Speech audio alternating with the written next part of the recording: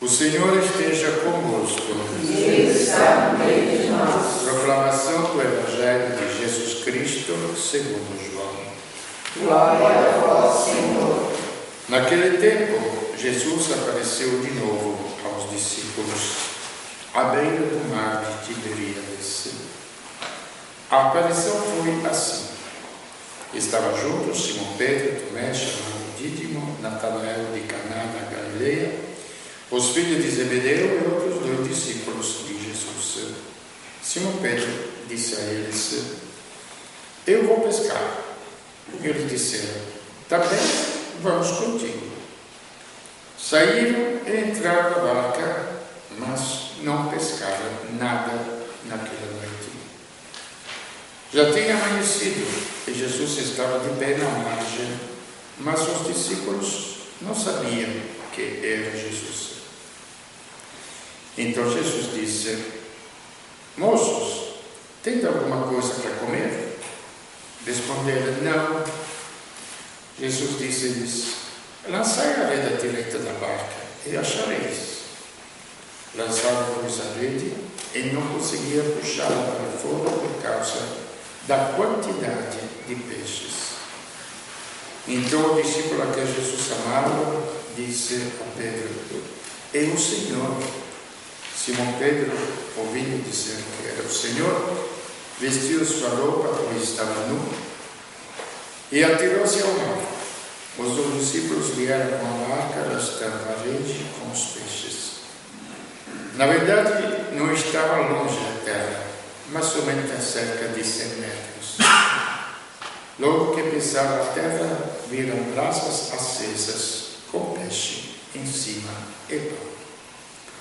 Jesus disse-lhes: Trazei alguns dos peixes que apanhastes. Então Simão Pedro subiu ao barco e arrastou a rede para a terra. Estava cheia de 153 grandes peixes, e apesar de tantos peixes, a rede não se rompeu. Jesus disse-lhes: Vinde comer. Nenhum dos discípulos se atrevia a perguntar quem era ele, pois sabiam que era o Senhor. Jesus aproximou-se, tomou o pão e distribuiu por eles, e fez a mesma coisa com o peixe. Esta foi a terceira vez que Jesus, ressuscitado dos mortos, apareceu aos discípulos. Depois de comer, Jesus perguntou a Simão Pedro: Simão, filho de João, tu me amas mais do que estes? Pedro respondeu: Sim, Senhor, tu sabes que eu te amo. Jesus disse: Apacenta os meus cordeiros. E disse de novo a Pedro: Simão, filho de João, tu me amas? Pedro disse: Sim, Senhor, tu sabes que eu te amo. Jesus lhe disse: Apacenta as minhas ovelhas. Pela terceira vez perguntou a Pedro: Simão, filho de João, tu me amas? Pedro ficou triste, porque Jesus perguntou 3 vezes se ele o amava. Respondeu: Senhor, tu sabes tudo.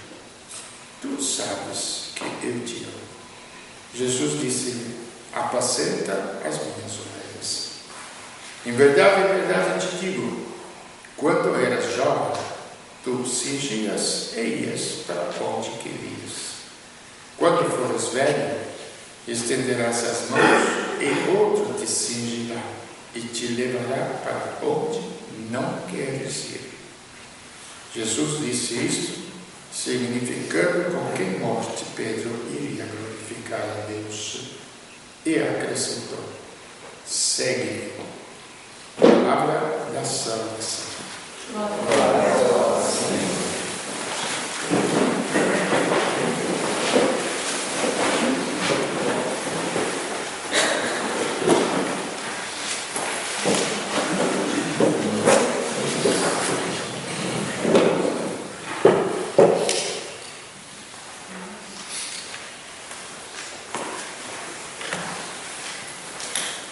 Vamos continuar o tema, porque de nada digo o tema sobre a carta de São Paulo aos Romanos, porque de nada adiantaria Cristo ter ressuscitado se isto não se transformasse na ressurreição de tudo que é mortal. E o que é mortal? Tudo. Começando pela nossa vida.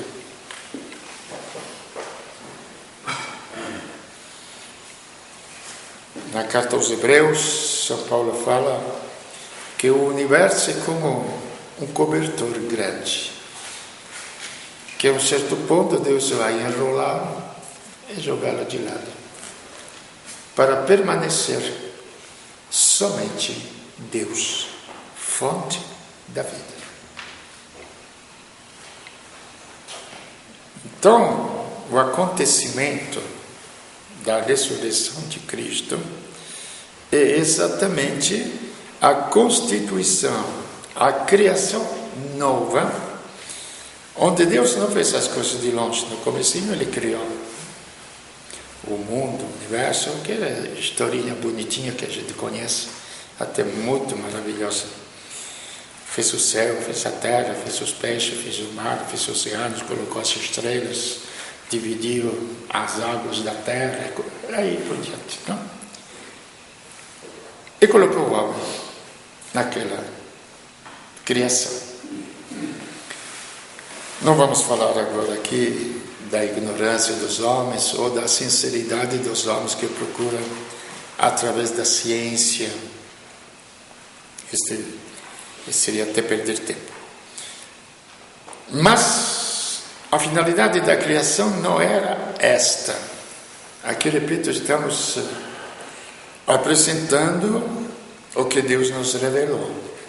Eu sou um ser humano como vocês. Então, primeiramente, eu falo estas coisas para o fruitório. Depois, se serve para alguém, melhor ainda. Para mim serve.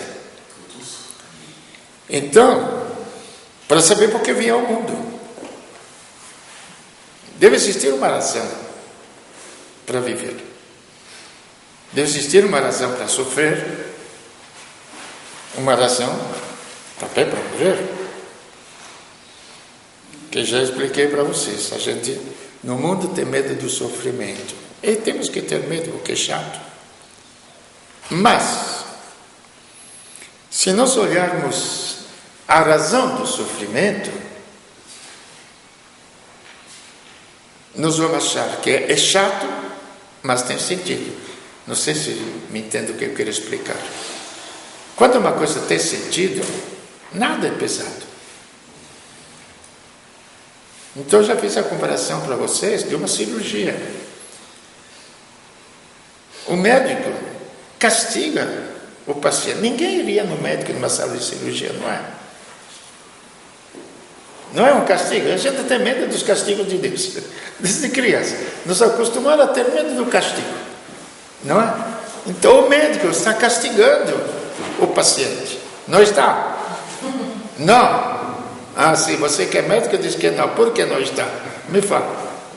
Por que não é? Por que não castiga o paciente? O médico ama ou castiga o paciente? Por que ama? Mas ele não vai cortar, não vai doer, não vai...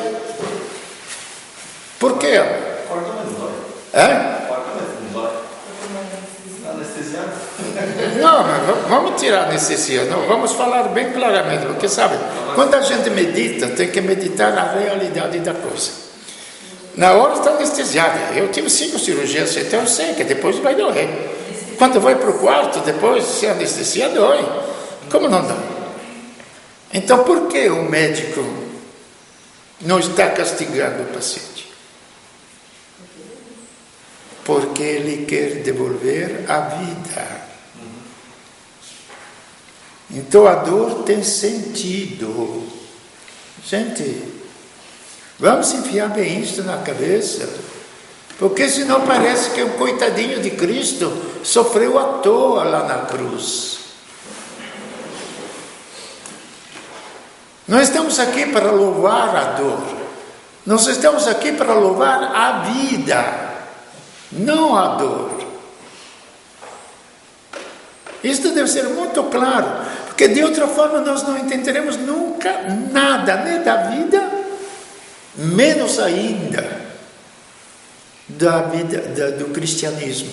Desculpe esta expressão, eu não gosto nem de Cristo entenderemos alguma coisa. Absolutamente nada.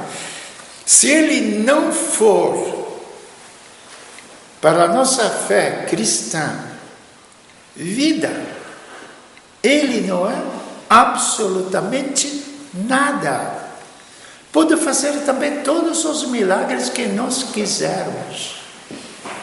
Pode nos deixar ricos.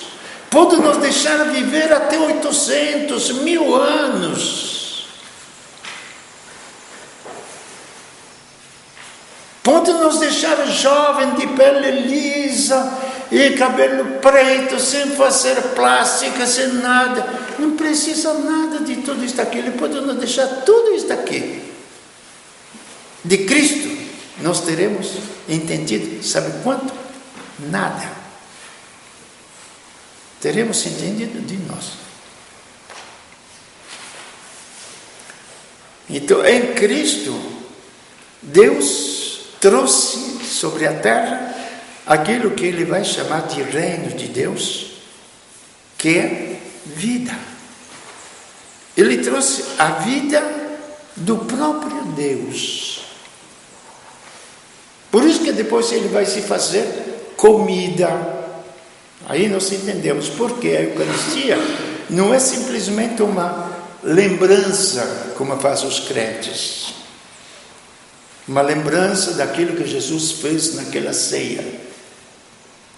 Compreende? Assim também a ressurreição de Cristo não se transforma simplesmente num espetáculo, que a gente fica olhando, os anjos ficam olhando aí. Não, não. É um fato cósmico. Sabe o que quer dizer um fato cósmico? Não? Criançada, vocês que estudam, o que quer dizer um fato cósmico? Que abrange o universo todo o cosmos.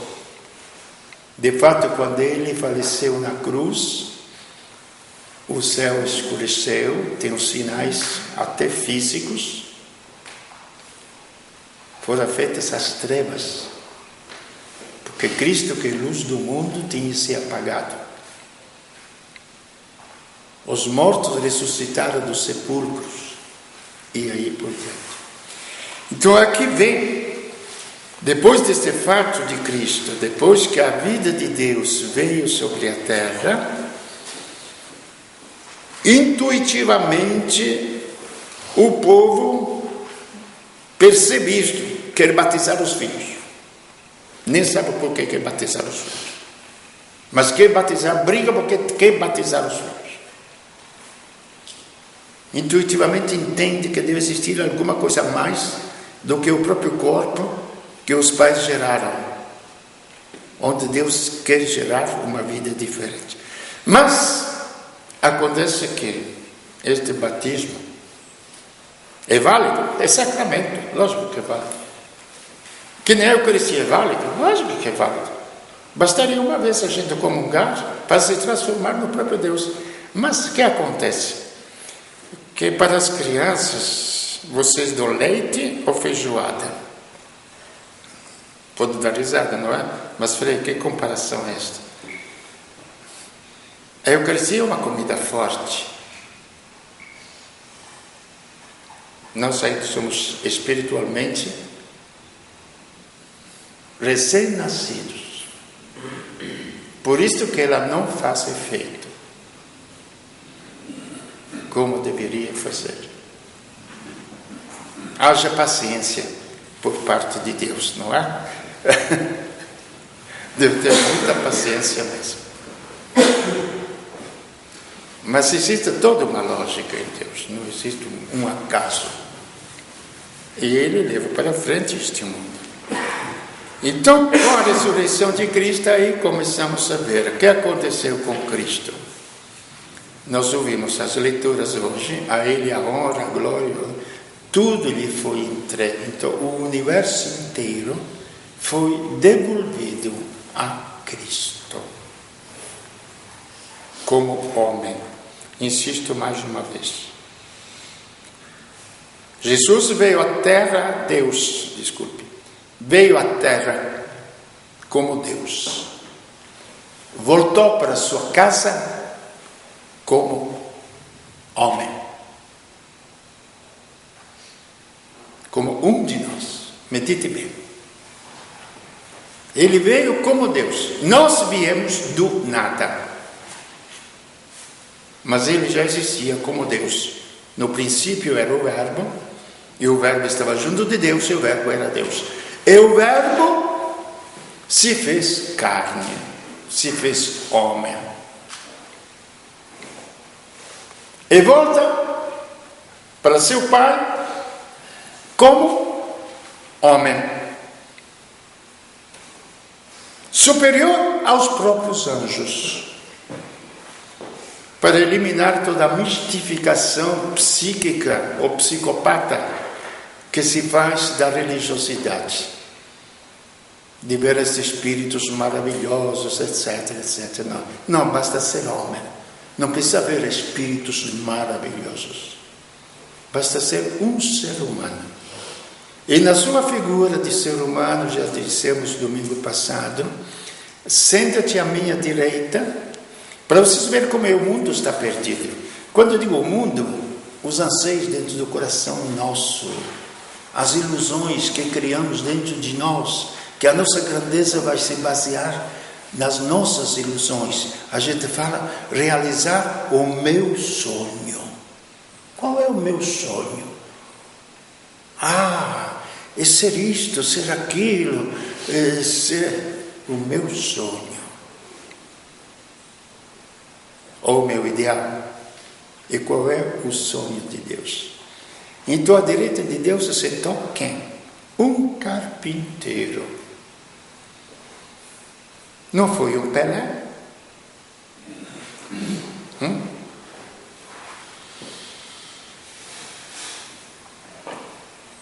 Não foi uma Miss Universo?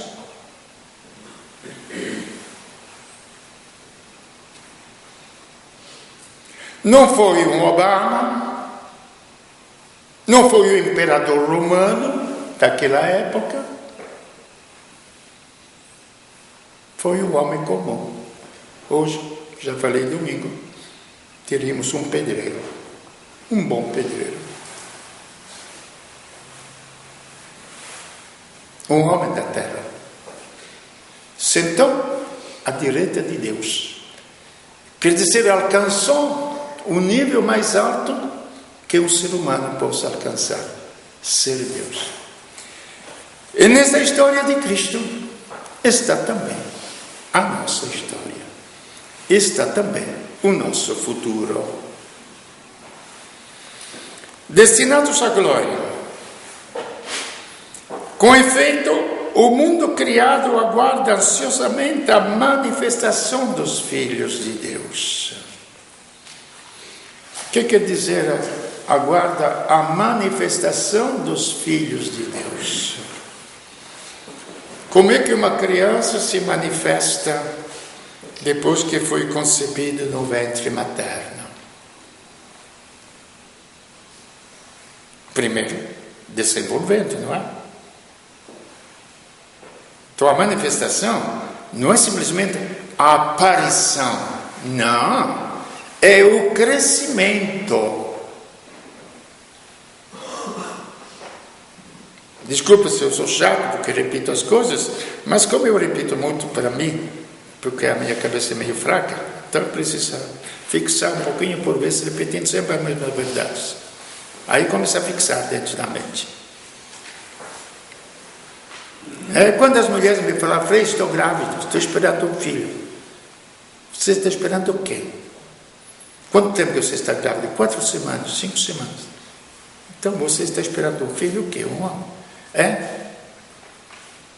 Você está grávida de um monstrinho. Tira a fotografia agora que dá para se ver. A criança com 4 semanas, 5 semanas. Não tem coisa mais feia neste mundo. Ah, mas é meu filho. Ah, é teu filho, está certo. Ah, vou mostrar para o senhor. O senhor vai ver que filho bonito eu vou fazer. Ah, vai fazer. Então nós somos dentro de Deus, como a criança está no ventre materno. Quem que faz a criança? É a criança que se faz? Ou é a mãe que faz a criança? Não sei se você tem, mas que pergunta boba, não é? Mas é tão difícil pensar nisso. É a mãe que faz a criança. A criança não tem que fazer mais nada, a não ser se deixar fazer, não é? Quem que vai fazer os filhos de Deus?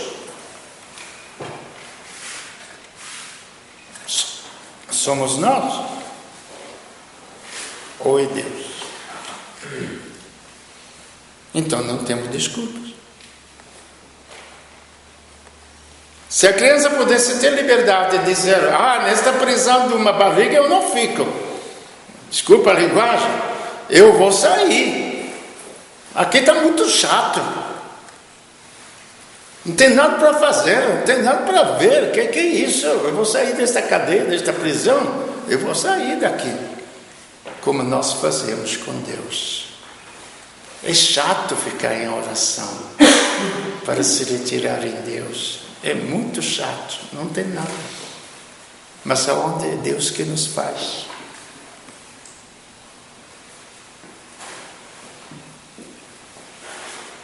É onde é Deus que nos faz.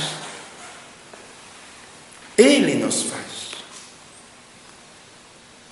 Porque a vida dele, como a mãe gerou o filho e alimenta o filho, assim Deus nos gera no batismo e alimenta esta vida, que depois esta vida vencerá aquilo que nós chamamos de pecado, que falei para vocês, que é feio o pecado.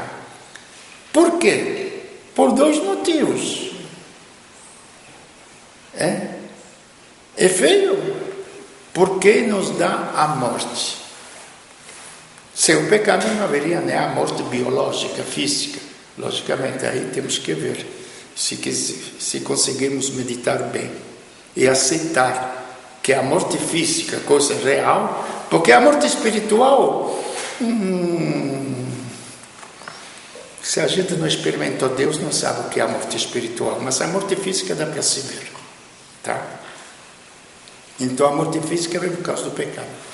Então, Deus que vida vai ressuscitar também dos mortos, Cristo, sinal exterior.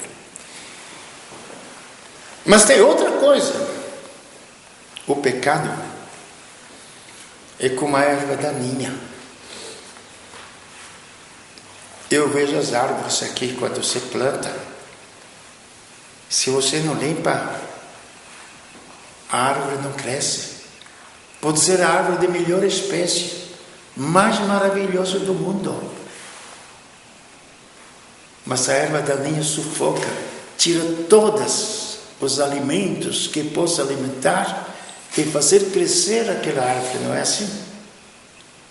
Então a segunda parte, o pecado não deixa crescer a nossa vida, ainda nesta terra. Nós temos uma vida. Nessas alturas, nós estamos grávidos de Deus. Nós estamos grávidos de Deus. Como uma mãe está grávida de uma criança. Nós temos uma vida dentro de nós. E esta vida crescendo, e como grão de mostarda, pequenininho, plantado dentro de nós. A horta desta vinha, desta vida, é o nosso coração, a nossa alma. esta árvore, esta semente vai crescendo e vai se transformar maior do que todas as outras árvores, que são os nossos sentimentos, a nossa consciência, os nossos medos, as nossas alegrias, os nossos amores, os nossos ódios, as nossas cobiças, tudo se torna maior. Aí a gente se transforma no Filho de Deus. E assim também a criação toda, o mundo todo se transforma no Filho de Deus. Gente, não é preciso chegar muito longe. Gandhi, acho que vocês ouviram falar deste homem, não é? Gandhi. Ele que fez a grande revolução lá na Índia. A revolução da não violência, mas que era a maior violência do mundo. A violência espiritual. Pode me matar, mas eu vou lutar pela justiça. E ele dizia assim: se o padre, nas suas funções, não for contemplativo, se os pastores, se o contador, se o político, se os ricos que têm dinheiro administram dinheiro, não forem contemplativos, o que quer dizer contemplativos? Que coloca Deus acima de tudo,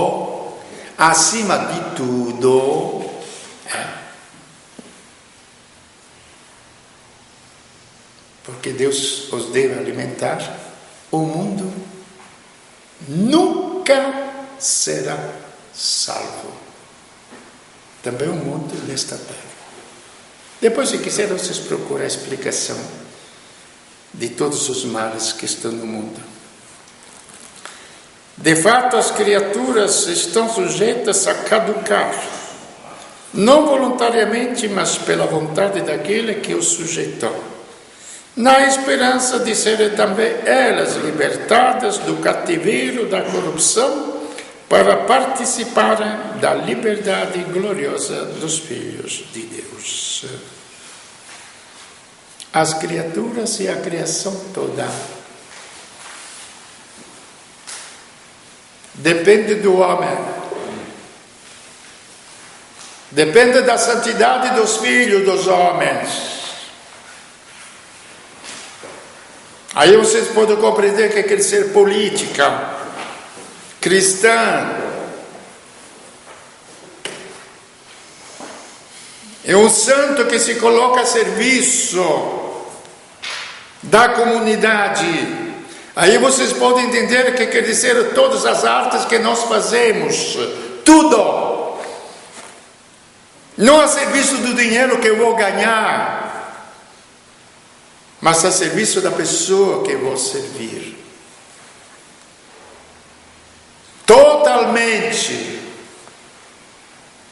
Totalmente, não um pouquinho. Porque de outra forma, senão, as coisas vão tomar conta de nós. E aqui não estou falando de coisas pequenas. Está falando finalmente até da própria criação física, que já contei e repito para vocês, para nós todos, a história de Santo Antão, para vocês compreenderem como é maravilhoso, mas como é difícil encontrar homens de verdade sobre esta face da terra. Estou falando de homens, criaturas, homens, mulheres de verdade. O que quer dizer? Feitos à imagem de Deus. Podemos ser o que quisermos. Cantores, jogadores, escultores, empresários, camponeses, o que quisermos. Mas homens, não. Não. nós só seremos criaturas, homens de verdade, mulheres de verdade, em Deus. Para isto nós nascemos. Para isso nós nascemos. E aqui vai, além das outras histórias, o que a gente gosta muito de falar dos milagres. Mas milagre é uma coisa para a gente acordar e ver coisas extraordinárias, mas o maior milagre é o próprio ser humano. A história de Santo Antão, que foi descrita pelo seu discípulo Santo Atanásio, que viveu junto com ele, onde se conta bem a transformação, e como também de todos os outros homens que viveram sobre a terra. Estou falando de uma realidade, desculpe, que se chama espiritual. Você sabe o que quer dizer uma verdade que se chama espiritual, não? Uma verdade que se chama ciência, inteligência, mais ou menos dá para entender um pouquinho, não é? Aí vocês botam as crianças na escola, não é? Acompanhá-los para fazer os deveres da escola. Mas a gente enxerga a inteligência? Não. É um bem espiritual. Nós não enxergamos, mas sabemos que existe. E por que não acreditamos que existe dentro de nós uma potência espiritual feita por Deus? Maior ainda do que a nossa inteligência. O que nos proíbe de saber e de conhecer que existe isto, é que através desta realidade nós nos tornaremos verdadeiramente grandes.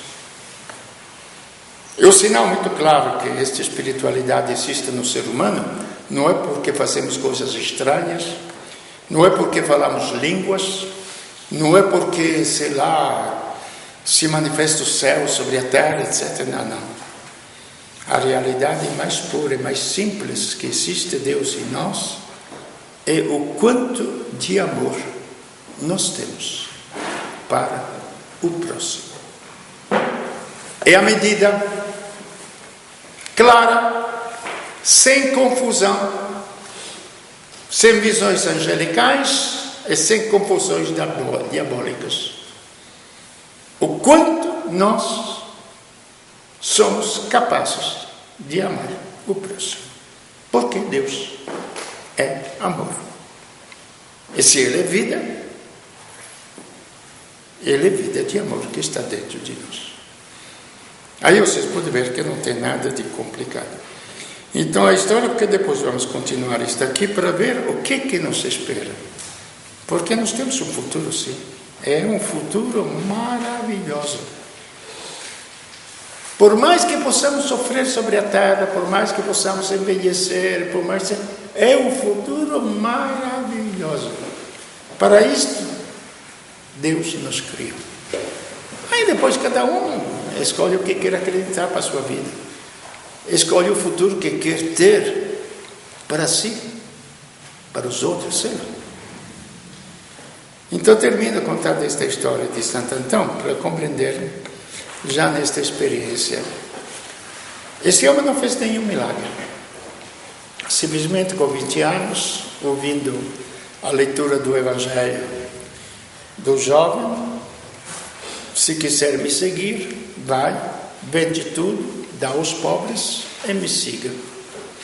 A mesma coisa aconteceu com Francisco de Assis. Ele deu tudo. Francisco de Assis, depois já transformado, quando foi com Bernardo, foi na casa do amigo dele de bagunça, de boate, e foi dormir lá. E durante a noite, ele ficou, a noite toda, quando Bernardo dormia, ele falava, meu Deus é meu tudo, meu Deus é meu tudo. Francisco. O dia seguinte, Bernardo falou, Francisco, eu vi que você não dormiu. O que você fez? Estava falando do tesouro que eu achei. Mas qual é este tesouro? É aquele Deus que a gente tanto fala, mas que nunca acha. O que eu devo fazer para achar este teu Deus, que é tudo para você? Ele era rico, ainda existe a casa de Bernardo, lá eu visitei ela, muito bonita, em Assis. Vende tudo, Bernardo, dá aos pobres. Tá bom, vendeu tudo. Foi na praça lá, jogou dinheiro para os pobres, que tinha bastante mesmo naquela época.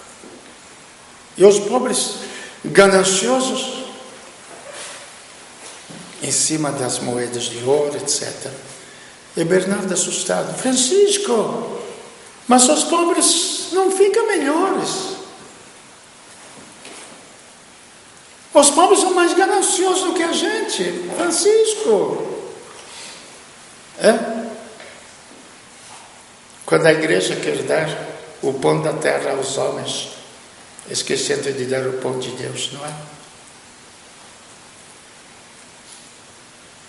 E Francisco, feliz da vida: Bernardo, você deu tudo para os pobres, não para eles ficarem melhores, mas para você ficar melhor. Você se tornará melhor.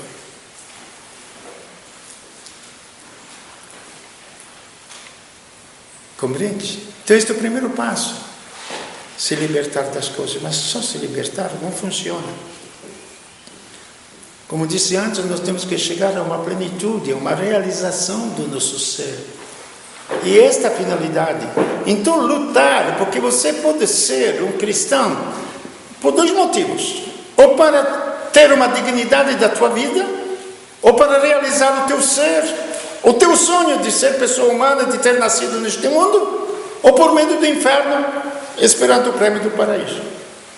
A maior parte vive por estas duas coisas. Tem medo do inferno, aí fica proclamando que Deus é misericordioso, que Deus vai me perdoar todas as besteiras que eu fiz, aí por diante, não é? Ou me dá o prêmio do paraíso. A maior parte vive desse jeito. Ou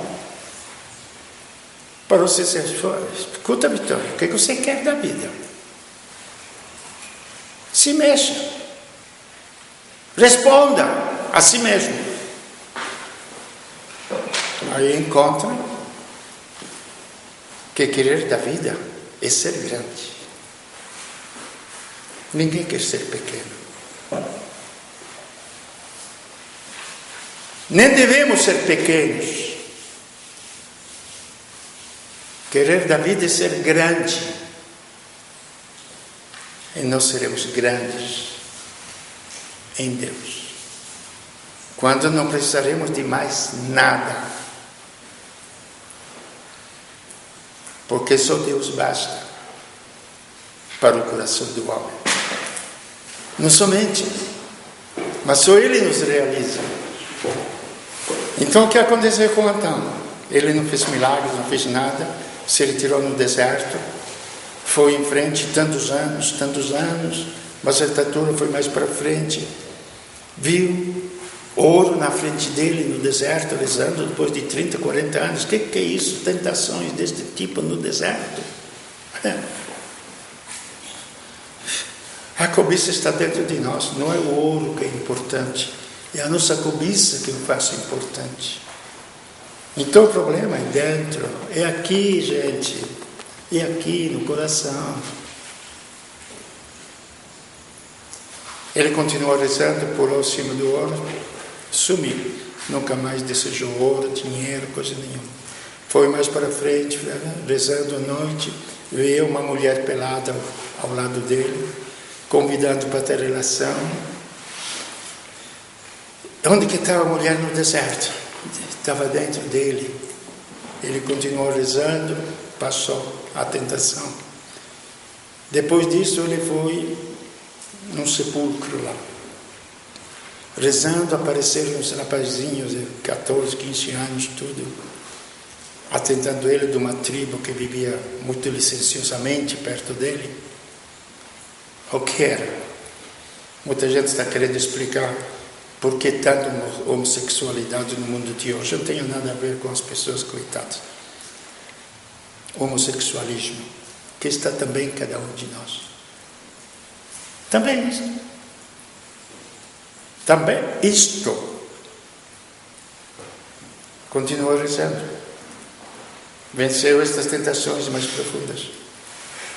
Finalmente, livre das tentações humanas que estão dentro de nós, foi tentado pelo demônio.